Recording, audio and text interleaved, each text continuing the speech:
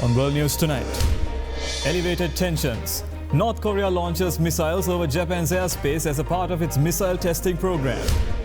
Gaining ground. Iranian Supreme Leader accuses the United States and Israel over anti-government protests within its country. Policy reversals. United Kingdom's Prime Minister Liz Truss reverses income tax policy within just a month of coming into power. And desert blooms. Chile announces new flowering desert national park as a move to boost tourism.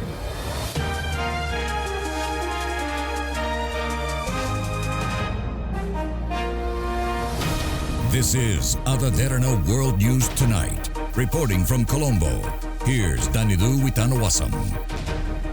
Good evening. Thank you for joining us on World News. We start off from North Korea. Now, North Korea has launched a ballistic missile in an eastward direction in its fifth round of missile launches in just the last 10 days. South Korea's military says it appears to have been an intermediate-range ballistic missile, adding that it crossed Japanese airspace. North Korea launched an intermediate-range ballistic missile eastward at about 7:23 a.m. this morning. South Korea's Joint Chiefs of Staff said it detected an intermediate-range ballistic missile fired from Mupyeongri area in the northern province of Chagangdo, and that the missile flew across Japanese airspace. It said the missile flew some 4,500 kilometers, reaching an altitude of 970 kilometers at a speed of around Mach 17. There is a possibility that their latest missile may have been the North's Hwasong-12, an intermediate-range ballistic missile that was test-launched earlier in January. The military also said it's closely monitoring the situation with the U.S. to be ready for any additional launches. It added such actions from the North only strengthen the deterrence and readiness of the South Korea-U.S. alliance, and that it deepens North Korea's isolation from the international community. Our military will cooperate with the US to monitor the situation and be ready for additional launches. And we will maintain a strong defense posture based on our capability to overwhelmingly respond to any kind of provocation from North Korea. The latest launch marks the fifth ballistic missile test from North Korea in the last 10 days, as the regime fired 7 short-range ballistic missiles during the last week alone. This was the first missile from North Korea to fly over or past Japan since 2017. Following the launch, the Japanese government on Tuesday warned citizens to take cover, as the missile appeared to have flown over its territory before falling into the Pacific Ocean. Speaking to reporters, the country's Prime Minister Fumio Kishida called North Korea's actions barbaric and said the Japanese government would continue to analyze information on the launch. Japan's Chief Cabinet Secretary Hirokazu Matsuno also said North Korea's missile launches threaten the peace and security of Japan, the region, and the international community. Over the war in Ukraine, Ukrainian forces have made gains in the war against Russia as they reacquire areas of the occupied Kherson region, which is currently under Russian control. Tonight, Ukrainian forces say they're now making stunning gains to the south, liberating 2 territories in the occupied Kherson region, just days after a victory in the eastern town of Liman, hoisting the Ukrainian flag and tearing Russian signs down from areas where just days ago, Russian President Putin declared the Ukrainian territory would be Russia's forever. A long-awaited breakthrough in a bloody war that's potentially entering a new phase. While liberated areas have been left devastated by Russian occupation, including the village of Kamyanka. Russian state TV now bluntly warning its viewers we should not be expecting good news, and airing this video of draftees training before heading to Ukraine. But around half of the soldiers conscripted in a region of the Far East now being sent home after being deemed unfit, according to a Russian official. The leader of Chechnya releasing this footage, claiming to show his teenage sons, including his 14-year-old, preparing for war. Days after the Putin ally called for Russia to use low-yield nuclear weapons on the battlefield. Iran's Supreme Leader Ayatollah Ali Khamenei accused the United States and Israel of fomenting the wave of nationwide unrest sparked by the outrage over the death of Mahsa Amini. With anger boiling over across Iran, protests led mostly by women show no sign of fading. These university students are chanting that they will take to the streets every day. The nation has been gripped by violence since the death of 22-year-old Mahsa Amini, who died in police custody on September 16th after being arrested by the so-called morality police for allegedly wearing her headscarf too loosely. As government forces continue a deadly crackdown on protesters, Iran's supreme leader made a rare public appearance Monday, calling the woman's death a bitter incident and blaming outside forces for fomenting the wave of nationwide unrest. I say clearly that these riots and this insecurity were engineered by the US and the false occupying Zionist regime, as well as their paid agents, with the help of some traitorous Iranians abroad. Meanwhile, in spite of attempts by the Iranian government to shut down the internet, videos of the violence continue to surface on social media. University students running from police and from the firing of pellet guns and tear gas. Some try to escape inside a parking garage, but are caught and taken away with black bags over their heads. Despite a government crackdown on information, human rights groups estimate that dozens of people have been killed in the unrest in the last 2 weeks. Now, the OPEC group of oil producers is discussing output cuts of more than 1 million barrels per day, and voluntary cuts by individual members could come on top of that, making it the largest since 2020. Soaring energy prices may be behind a global cost of living crunch, but OPEC and allies have a different worry. The oil producers group is concerned that the black stuff may be getting too cheap. Prices have fallen from recent highs of $120 per barrel to below $90, amid worries about a global slowdown and falling demand. Now, Wednesday will see a meeting of OPEC+, which includes Russia and other allies. It's expected to see agreement on big output cuts in a bid to prop up prices. One source told the meeting could be as significant as the one in April 2020, when the global health crisis hit. Back then, OPEC agreed to cut global supply by around 10 million barrels per day, or about 10% of global supply. Any such move now will go down very badly in Washington. The US government has been pressing OPEC to pump more oil to further reduce prices and help the global economy. It also wants to cut revenues for Russia, as part of moves to punish Moscow for sending troops into Ukraine. However, leading OPEC nation Saudi Arabia has refused to condemn Russia amid difficult relations with the US administration. International benchmark Brent crude was up around 4% on Monday following the latest reports. Now, despite a boost in economic activity as COVID-19 infections drop worldwide, the global economy is expected to grow by 2.5% in 2022 and slow to 2.2% in 2023, according to a report released by the United Nations Conference on Trade and Development, or the UNCTAD. According to the report, a slowdown in the global economy has affected all regions, especially the developing countries, where the average growth rate is projected to drop below 3%. A key factor slowing global growth is the generalized tightening of monetary policy, driven by the greater-than-expected overshoot of inflation targets. Strict lockdowns associated with China's zero COVID-19 policy have also impacted the global economy. Shutdowns and property market weakness are slowing China's growth to just 3.2% in 2022. The report stated that such a pace is insufficient for sustainable development and will further squeeze the public and private finances and damage employment prospects. Middle-income countries in Latin America as well as low-income countries in Africa will register some of the sharpest slowdowns this year. Let's take a short commercial break. More world news on the other side.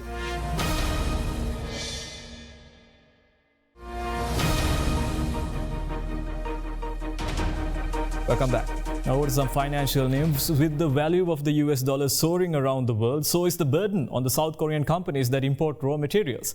It's becoming so serious that the external debt racked up by South Korean importers hit a record high in the first half of 2022.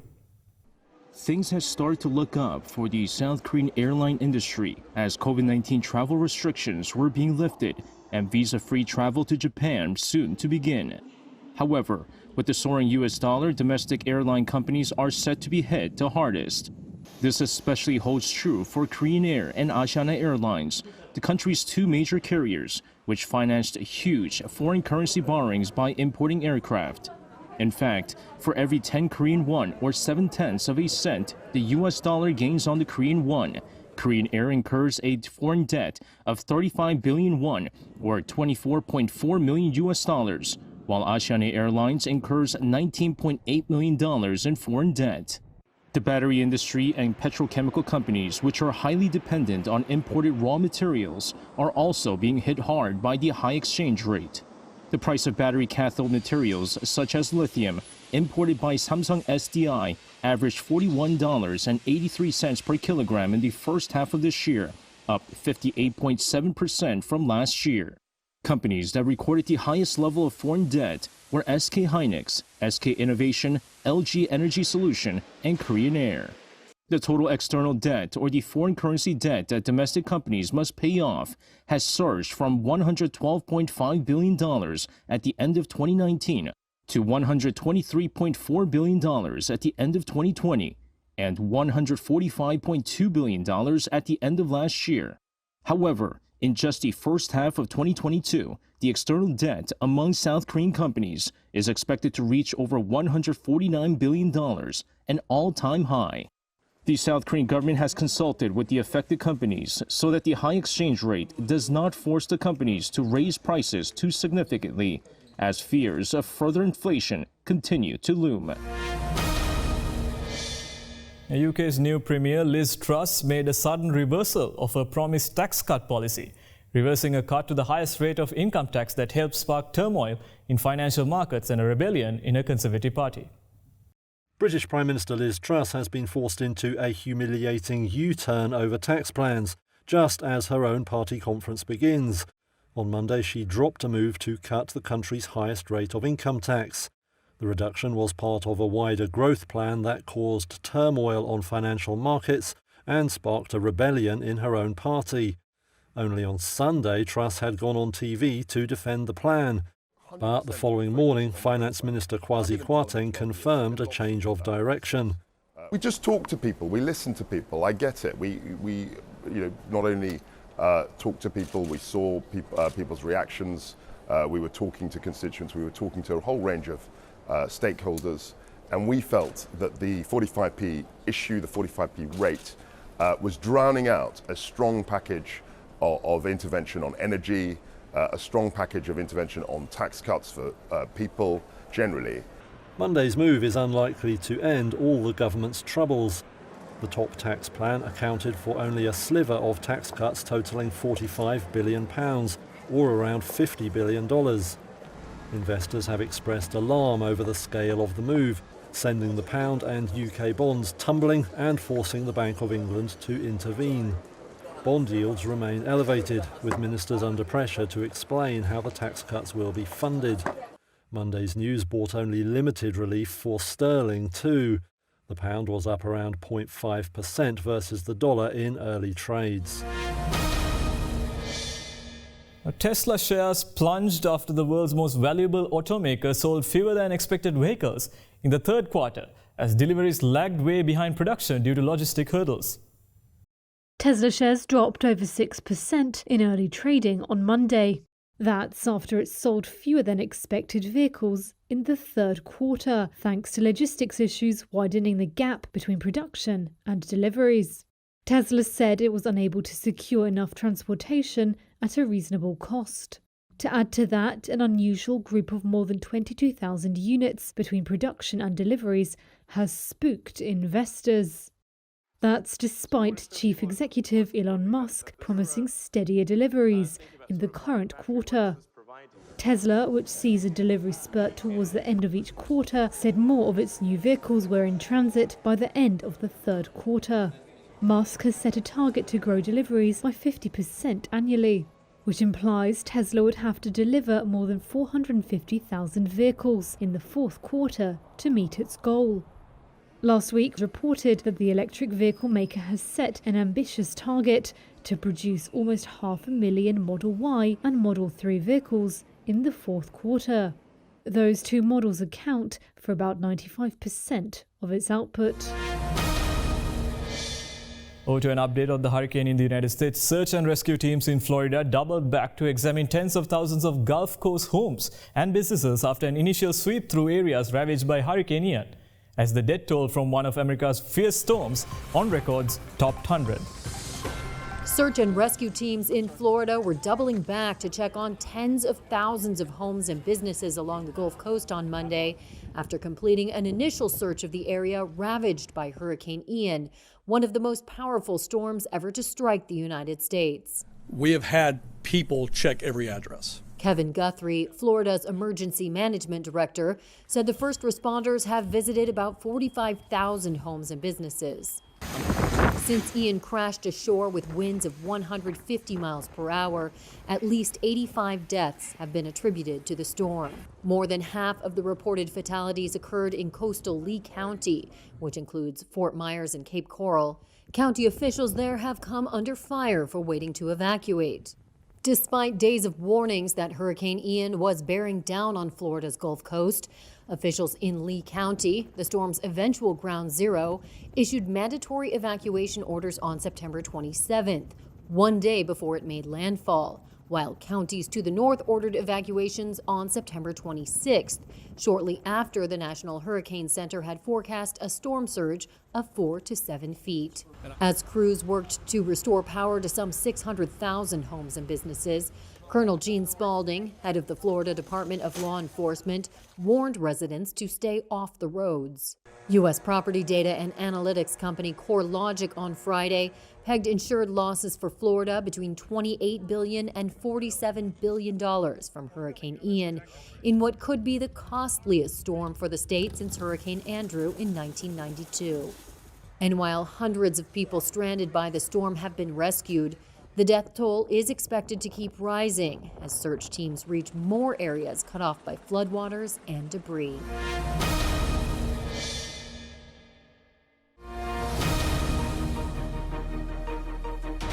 Welcome back. For more news, let's take you around the world in a minute. Billionaire Elon Musk asked Twitter users to weigh in on a plan to end Russia's war in Ukraine that drew immediate condemnation from Ukrainians, including President Volodymyr Zelensky, who responded with his own poll. China was re-elected as a council member of the International Telecommunications Union, or the ITU, a United Nations specialized agency. Cheng Jiangchun, director of China's National Radio Monitoring Center, was elected as a new member of the ITU, Radio Regulations Board, for the next 4 years. Police in Haiti fired tear gas into crowds as thousands marched on the streets to protest against the government of Prime Minister Ariel Henry, the day the school year was set to begin amid crippling national shortages. President Joe Biden pledged more than $60 million in aid to help U.S. territory in Puerto Rico and said more money was coming, as he sought to present a more compassionate image than his predecessor Donald Trump, while surveying damage from Hurricane Fiona. Swedish genetist Svante Pääbo's discoveries that underpin our understanding of how humans evolved from their extinct ancestors, thus changing our view on humanity's roots, have won him the 2022 Nobel Prize in Medicine. Further, Elaine Aspect, John F. Clauser, and Anton Zeilinger won the Nobel Prize in Physics for the pioneering work in research on quantum information science.